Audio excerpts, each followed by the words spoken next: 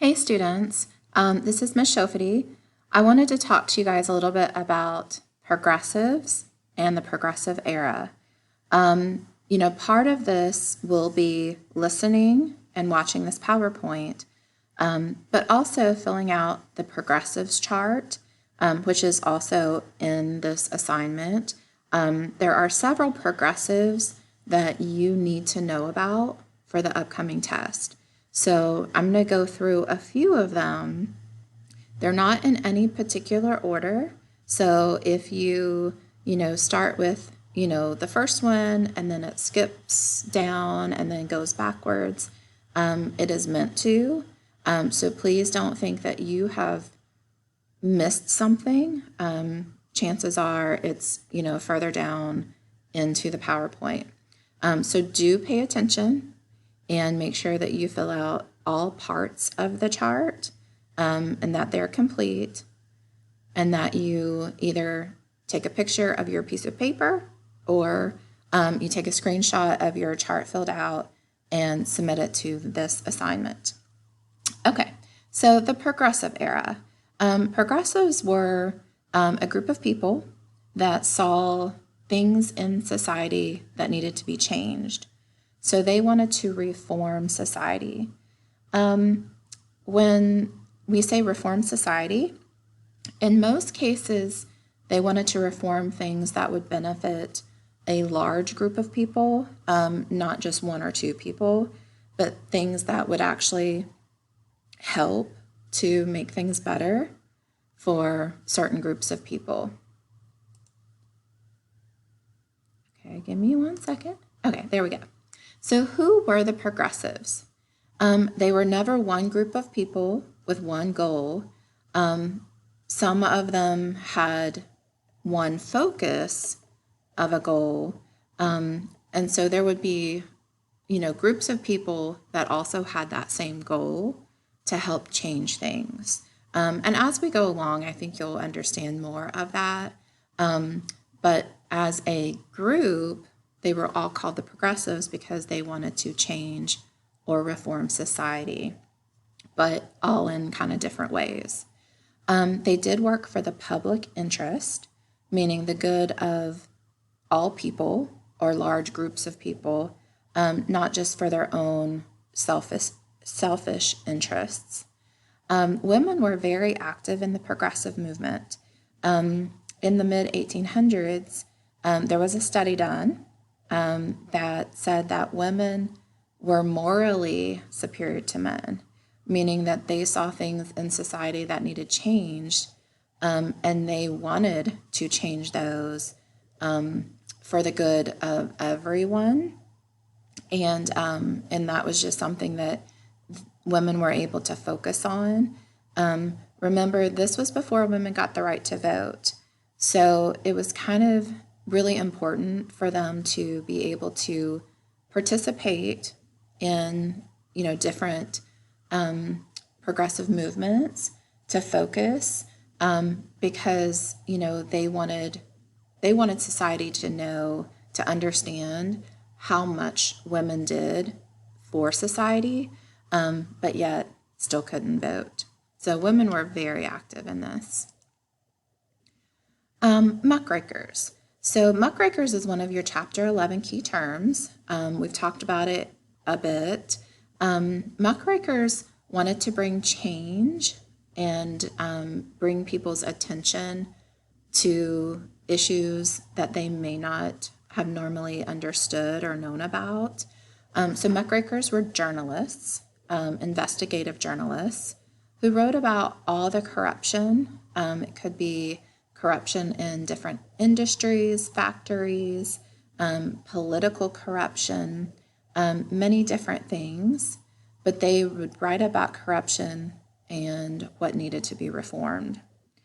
Some pretty well-known muckrakers at that time and throughout history were Lincoln Steffens, Ida Tarbell, Ida B. Wells, who we definitely had an ed puzzle on, so you may know a little bit more about her.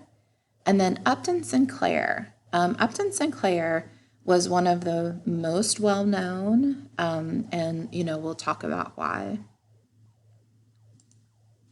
All right, so Upton Sinclair, he wrote a book called The Jungle. The Jungle is not about a jungle. The Jungle is actually, he started writing this book, The Jungle, really more so to highlight how immigrants were treated. And this book, he wrote it as fiction, but it really was very true. The names of some of the people in the book are not real people or were not real people, but the events of the book were very real to a lot of the immigrants at that time. So he wrote The Jungle as a setting in Chicago, the Chicago meatpacking industry. And a lot of immigrants worked in the meatpacking industry in Chicago. So they would work in, pretty horrendous environment in the factories. There was very little safety precautions in the factories. There was very little sanitary precautions in the factories. He actually went undercover before he wrote the book to do this investigative journalism. So he wrote The Jungle in 1906. It came out, and it was very much the rage. A lot of people, a lot of educated people, a lot of politicians actually read this book. And this book was kind of highlighting all the horrible conditions of the factories, more so of the food and other things that we would consume were actually very unsanitary. For instance, if the workers, the next morning found a dead rat in one of the vats of meat that they were dealing with, they wouldn't take it out and throw away the meat. They would actually grind it up into the meat. They would package it and sell it to the customers. People, after they read this book, knowing that, there was huge outrage about this. So his book actually highlighted some of these horrible, unsanitary practices, and it caused legislation to get passed. One piece of legislation was the Pure Food and Drug Act, and one piece of legislation was the Meat Inspection Act.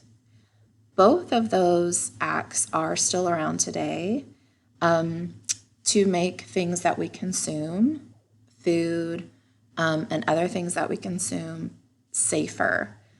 So had we not had Upton Sinclair and The Jungle, maybe it would have taken a little bit longer for our consumerism and our production to be more sanitary.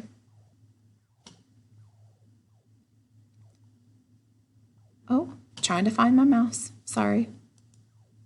Okay, so another progressive, his name is John Dewey. He was an educator. He was a philosopher, a psychologist.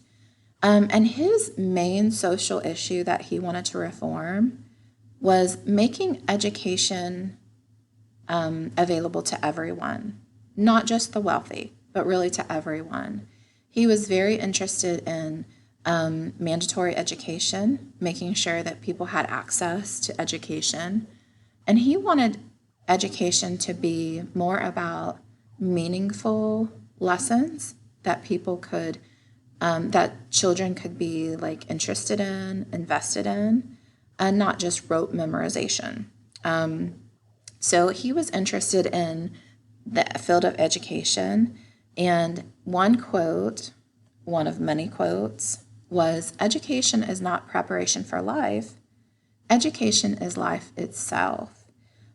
So he kind of wanted people to understand that education was important to everyone, and it could be more fulfilling than just how it was at that time period. City governments. So we're going to take a little bit of a turn and talk about political machines and politicians and city governments. So cities needed better sewage, better garbage collection.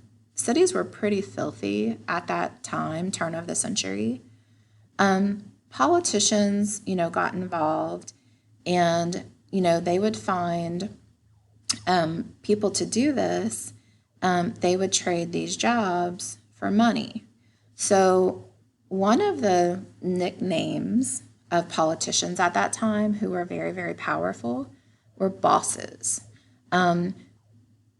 Sometimes these people didn't even hold a political office, but they definitely had enough power to influence things within the city.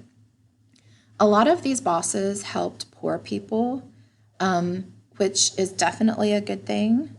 But a lot of times it was in exchange for, hey, I'll help you find a job, but you have to vote for me or vote for this candidate that I think you should vote for. So, these bosses, had a lot of influence and a lot of power in the cities and the city governments. So some progressives focused on that. We're going to talk about one particular boss who had probably the most power and was very corrupt. His name was Boss Tweed. His real name was William, but he obviously got the nickname Boss because he was very powerful and influential. He was in New York City. He cheated New York City government out of more than $100 million. And as you can probably suspect, during that time, that was a lot of money. It's a lot of money now, but it was even more so back then. So there was a progressive named Thomas Nast. He was a political cartoonist for this publication called Harper's Weekly, and he drew political cartoons about Boss Tweed. So Thomas Nast, was definitely a muckraker, but just a little bit different than the ones that we've talked about before. Eventually, Boss Tweed, to avoid getting put in jail, he fled to Spain, but eventually he was captured, put in prison, and he died in prison. But a lot of people saw the corruption and wanted to do something about it. So they formed something called the Good Government Leagues to put an end to corruption. The Good Government Leagues are still around now, but they go under different names. But there are still people that watch the corruption in government and make sure that it doesn't get out of hand. Here are a real photograph of Boss Tweed on the left, and then one of Thomas Nast's political cartoons of Boss Tweed on the right. And obviously his head is a gigantic bag of money, and it's entitled The Brains. So, all right, so some other progressives. Jacob Riis, at this point that you are listening to this, you should already know a little bit about Jacob Riis. He was a photographer and a journalist. His social issue that he wanted everyone to know about was the extreme poverty that some of the immigrants were living in. He had been an immigrant himself, so he kind of understood a little bit more than maybe others. So he went around the cities and he took pictures, and he published all of his pictures in a book called How the Other Half Lives. And then he would go into different parts of the city, and he would tell people and show people through his book how the other half lives, how it is to be living in poverty. And, so again, he took photos and he, talked to people about this, So he definitely, was another type of muckraker progressive. George Waring, his main focus was cleaning up the cities, making the cities more sanitary. He worked on making sure there were no pieces of trash or whatever in the streets. If animals died in the streets, he would make sure that there was somebody who would come and pick up the animal and take it away. Making things more sanitary was his main focus, and all of that kind of,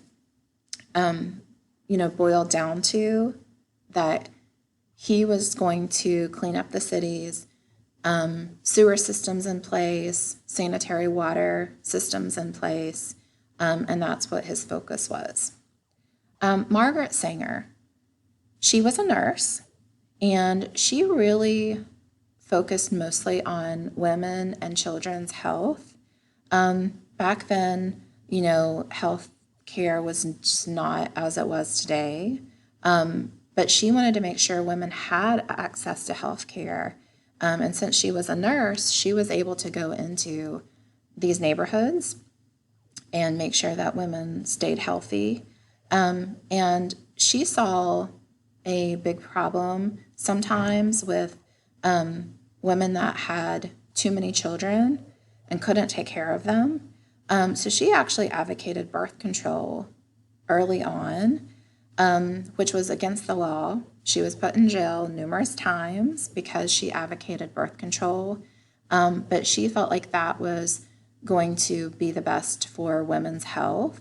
And of course, the other children, could be better cared for, if the mother could be cared for. Jane Addams. Jane Addams cared mostly about children's health, but again, she also focused on children and women. For people that needed a place to stay, she developed something called the Hull House. The first Hull House was in Chicago, but then they spread around the United States. But she made sure that with this Hull House, people could come, children and women could come to the Hull House and get health care and make sure that they had what they needed so that life was not so hard. So another progressive is Thomas Burns. So on your chart, you see his name spelled B-U-R-N-S. Can also be spelled B-Y-R-N-E-S. He was a detective in New York City, and he focused really on criminal reform. So at that time, of course, there was no digital database for people who had committed crimes. He started a database simply by anyone who was arrested. They would take their picture and a mugshot, and then he would share that information with the surrounding cities, towns, and whatnot. And that became the first criminal database, even though back then it wasn't digital. And so all of these progressives had specific things that they focused on, and these are just a few out of the many progressives. So on the left is Jacob Riis. In the middle is George Waring. Then you have Margaret Sanger, and then Jane Addams. All right, Teddy Roosevelt. Teddy Roosevelt was considered the first progressive environmental president. So he was from New York. He was a vice president, and then he became president. But he focused on a lot of things. He really wanted to regulate the railroads and protect natural resources. So he focused his attention on both of those things. In the railroads, he did not want the railroad industry to become a monopoly. So there was legislation during his presidency that would oversee monopolies. Also, he wanted to protect natural resources and the environment. And he was one of the first presidents to do this. Under his presidency, he preserved thousands and thousands of acres of land that then became national parks and forests. So if you have gone to some of the national parks and forests in the United States, chances are it's because Teddy Roosevelt protected them so that we could still enjoy, that land and that beauty later. Okay, so I hope you've learned a little bit more.